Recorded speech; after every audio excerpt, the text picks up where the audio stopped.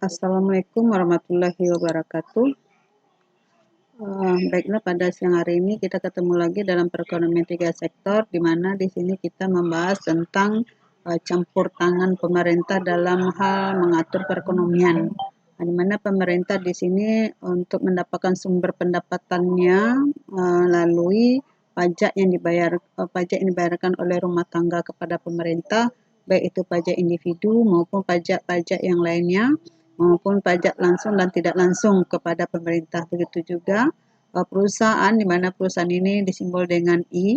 I ini ada investasi, mana perusahaan ini nanti akan membayarkan pajak juga kepada pemerintah, dan pendapatan pajak yang dari perusahaan dan rumah tangga merupakan sumber dari pendapatan pemerintah, di mana nanti pemerintah sumber pendapatan itu dibelanjakan lagi kepada perusahaan maupun kepada rumah tangga. Kalau dari rumah tangga, pemerintah membayarkan gaji, upah, sewa kepada rumah tangga, karena di rumah tangga ini melakukan pekerjaan atau dia bekerja sebagai tenaga PNS maupun non PNS, atau menjual sumber daya kepada pemerintah. Begitu juga pemerintah juga membelanjakan sebagian uangnya kepada perusahaan, di mana untuk memenuhi perlengkapan peralatan untuk sarana dan prasarana maupun infrastruktur kepada perusahaan. Nah, itulah sumber pengeluaran dari pemerintah. Jadi kita lanjut. Sebelum perekonomian model aljabar, terlebih dahulu saya akan jelaskan dulu tentang di sini ada fungsi pajak. Kita kembali dulu kepada fungsi pajak, di mana di sini pajak atau disimbol dengan T, ada pajak langsung, ada pajak tidak langsung. Di mana pajak langsung itu disebut dengan variabel endogen, besar kecilnya dipengaruhi oleh pendapatan nasional atau Y. Nah, ini merupakan fungsi dari pajak. T sama dengan fungsi dari Y. Yang kedua itu pajak tidak langsung. Pajak tidak langsung itu variabel eksogen, besar kecilnya tidak dipengaruhi sebagai persentase tertentu dari pendapatan nasional atau Y. Nah, ini ada persamaan fungsi pajak, di mana fungsi pajak di sini T besar sama dengan T0 ditambah T kecil dikali dengan Y. T0 ini adalah pajak otonom pada saat pajaknya 0 gitu. Kalau T kecil ini adalah tarif pajak, Y itu adalah pendapatan nasional. T besar ini adalah total pajak yang diterima oleh pemerintah. Inilah bentuk dari kurva dari fungsi pajak, di mana garis tegak di sini adalah merupakan total pajak, yang garis datar ini menggambarkan tentang pendapatan nasional atau Y. Garis diagonal ini kemiringannya 45 derajat. Ini merupakan fungsi dari pajak. Yang segitiga ini adalah slope dari pajak itu sebesar T sama dengan delta T besar dibagi dengan delta Y. Kita coba untuk menentukan menentukan pajak gitu. Oke, kita lanjut pada pajak. Contoh, suatu perekonomian memiliki pendapatan nasional sebesar 150 triliun. Pemerintah negara tersebut telah menetapkan pajak otonom sebesar 2,5 triliun. Tentukan berapa besar total pajak yang bisa dikumpulkan pemerintah negara tersebut bila tarif pajak langsung adalah 12,5%. Tentukan pula grafiknya. Sekarang kita gambarkan langsung dengan gambarnya supaya Anda lebih jelasnya di mana letaknya fungsi dari pajak dan besarnya pajak yang diterima oleh pemerintah dan besarnya pendapatan gitu. Nah, karena sudah diketahui besarnya T0 dan tarif pajak, maka kita tuliskan saja yang sudah diketahui itu T0-nya 2,5 ditambah dikali dengan 12,5% dikali dengan 150 adalah pendapatan nasional. Nah, kita kalikan nanti ditambah dengan T0 dapat T-nya atau total pajak yang diterima pemerintah sebesar 21,25 triliun gitu. Nah, kita tuliskan besar pajak ini di garis tegaknya sebesar 21,25 triliun. Nah, sementara yang fungsi dari pajak atau T0 itu adalah T0 sama dengan 2,5 triliun. Di sudut kiri bawah kita tulis besarnya fungsi. Terus slope atau tarif pajak itu atau delta T per delta Y. Nah, ini kita tulis di sini T kecil sama dengan 12,5%. Nah, inilah bentuk dari kurva pajak dan cara menentukan besarnya pajak yang diterima oleh pemerintah. Sekarang kita lanjut kepada aljabar yang studi kasus yang lain, yaitu tentang menggunakan fungsi pajak. Ini cara lain untuk menentukan keseimbangan perekonomian 3 sektor model aljabar, di mana di sini ada Y sama dengan koefisien A atau C0 dikurang dengan B koefisien T0 ditambah koefisien TR, di mana TR ini adalah transfer payment atau subsidi yang diberikan pemerintah kepada perusahaan maupun rumah tangga, ditambah dengan investasi ditambah dengan government per 1 dikurang koefisien ditambah koefisien B dikali T.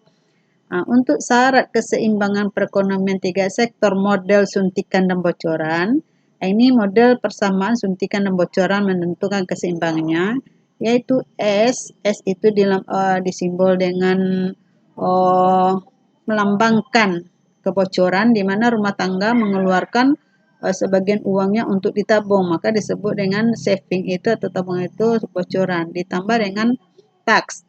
Tax itu adalah rumah tangga atau perusahaan mengeluarkan uangnya untuk membayar pajak, itu disebut dengan pengeluaran. Bagaimana pengeluaran itu sama dengan suntikan atau suntikan dana dari pemerintah maupun dari investasi maupun dari transfer payment. Di sini investasi merupakan suntikan, karena kalau investasi itu meningkat maka pendapatan nasional atau konsumsi rumah tangga atau pendapatan divisible juga akan meningkat. Terus kalau government juga meningkat, maka akan berpengaruh terhadap pendapatan nasional. Begitu juga TR. Mari kita coba untuk menghitungnya, membuktikannya apakah investasi akan berpengaruh terhadap pendapatan nasional dan konsumsi rumah tangga. Ayo kita coba. Ini contoh kasus. Contoh kasusnya di mana sudah diketahui di sini fungsi konsumsi sama dengan 20 ditambah 0,8 YD.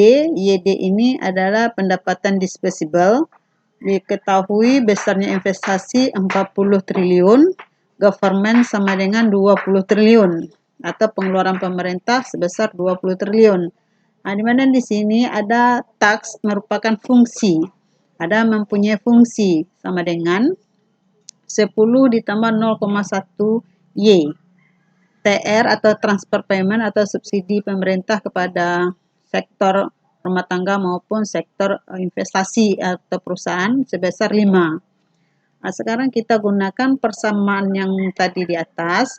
Kita masukkan angka-angkanya. Contoh ini, A, ada B. Anda masukkan sesuai dengan persamaan yang ini. Kita coba. Y sama dengan yang koefisien A kita tulis 20 dikurang koefisien B, di mana di sini ada B koefisien B dikali dengan pajak atau tarif pajak dikali dengan koefisien dari pajak ditambah dengan koefisien B. Koefisien B-nya sama dengan 0,8 dikali dengan transfer payment atau subsidi ditambah dengan investasi 40 ditambah dengan 20. Ini ada panah-panah berwarna-warni, ini menunjukkan supaya Anda lebih paham yang 20-nya dari mana dimasukkan, yang 40-nya dari mana awalnya, yang 0,8 ini dari mana awalnya masuk, yang 5 dari mana. Ini memudahkan Anda untuk memahami video ini. Nanti setelah Anda tulis yang bagian atas, per atau dibagi dengan ini adalah persamanya 1 dikurang koefisien B. Koefisien B-nya ini sama dengan yang koefisien B yang di atas. Begitu juga ditambah dengan koefisien B-nya sama juga dengan di atas. Dikali dengan tarif pajak 0,01Y. Nah, ini 0,01Y. Nah, terus Y sama dengan, ini sudah Anda hitung di atas, maka dapat 76. 76 ini sudah Anda kalikan, sudah Anda tambah, Anda kurang, dapat hasilnya 0,208. Jadi dibagi 76 dibagi dengan 0,208 dapat 365,8 triliun.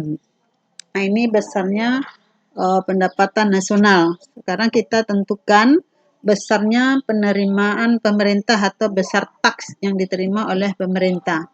Fungsi pajak tadi Anda tuliskan, taks sama dengan T0 ditambah tarif pajak dikali dengan Y. Fungsi pajak Anda tulis kembali, dan hasil Y ini Anda tuliskan, Anda kali dengan fungsi tarif pajak, Anda kali dengan tarif pajak, maka didapatlah besarnya pajak yang diterima pemerintah itu sebesar 13,6538 triliun. Itulah besar penerimaan pemerintah. Sekarang kita menentukan besarnya pendapatan disposable.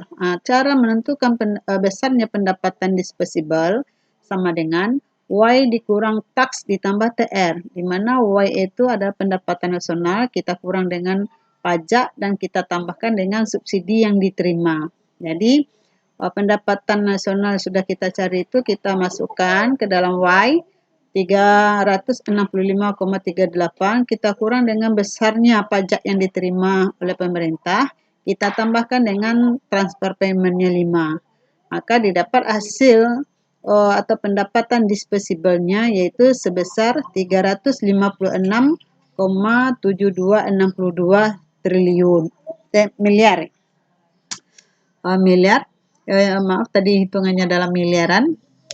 Jadi ini dapat pendapatan disposable-nya. Sekarang kita tentukan besarnya konsumsi masyarakat. Berapa besarnya konsumsi masyarakat? Kita lihat di sini fungsi konsumsi masyarakat kita kalikan dengan YD. Di mana kita tulis dulu fungsi konsumsi C sama dengan A ditambah B dikali YD.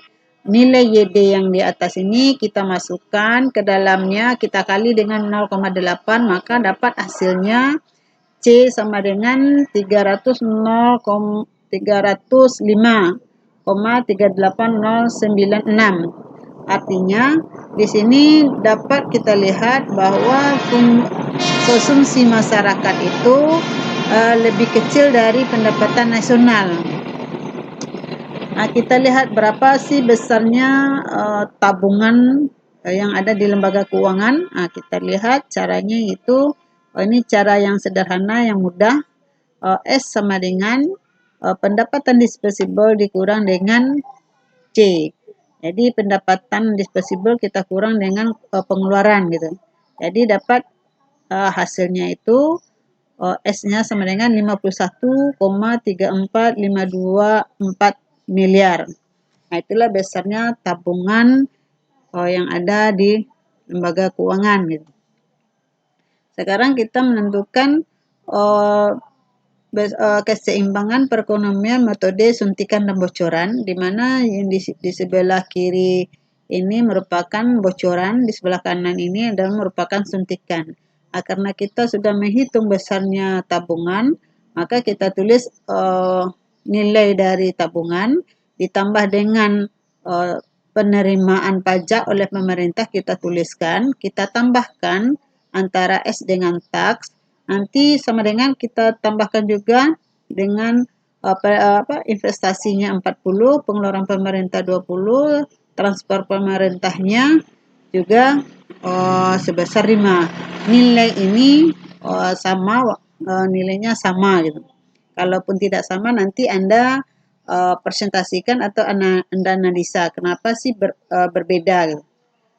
Kalau ini sudah kita hitung hasilnya sama, kita lanjut.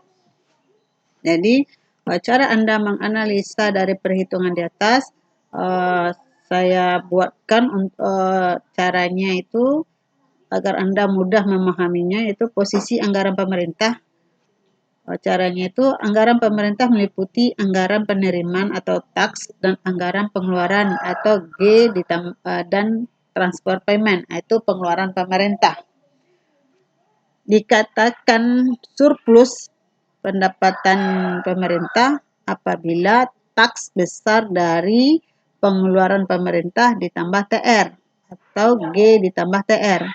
Dikatakan defisit anggaran pemerintah, dikatakan defisit anggaran di pemerintah itu apabila tax kecil dari pengeluaran pemerintah ditambah dengan transfer payment. Dikatakan anggaran itu berimbang apabila tax sama dengan pengeluaran ditambah dengan transfer payment. Itu cara menentukan anggarannya itu surplus, defisit, atau berimbang. Dari perhitungan di atas diketahui anggaran penerimaan taks pemerintah sebesar 13,6385 miliar. Dan anggaran pengeluaran pemerintah kita tambahkan government ditambah dengan TR atau transfer payment sebesar 25. Tadi diketahui tadi pengeluaran pemerintah itu sebesar 20 miliar. TR-nya atau transfer payment-nya 5 miliar. Jadi ditambahkan menjadi 25 miliar. Sementara pengeluaran pemerintah, penerimaan pemerintah 13. Artinya di sini posisi anggaran pemerintah dalam keadaan defisit. Kenapa? Karena tax kecil dari government ditambah TR. Nah, itu cara Anda untuk menganalisis dari perhitungan di atas. Maka pemerintah harus, apakah yang harus dilaksanakan pemerintah untuk menutupi dari defisit itu? Apakah pajak akan dia naikkan atau pengeluaran akan dikurangi gitu. Nah, salah satu kebijakan mungkin diambil pajak dinaikkan, mungkin akan berdampak lagi kepada pendapatan masyarakat dan konsumsi masyarakat. Kalau pemerintah menurunkan pengeluaran atau mengurangi transfer payment atau subsidi, ini juga akan berdampak juga kepada masyarakat dan perusahaan. Nah, dari kebijakan-kebijakan yang diambil pemerintah tentu ada pro dan kontra, tentu ada nilai positif dan negatifnya, tapi risiko yang diambil itu adalah mana risikonya yang terkecil itu yang dilaksanakan oleh pemerintah. Kita lanjut pertanyaan tambahan. Ini adalah tugas bagi Anda untuk menyelesaikannya.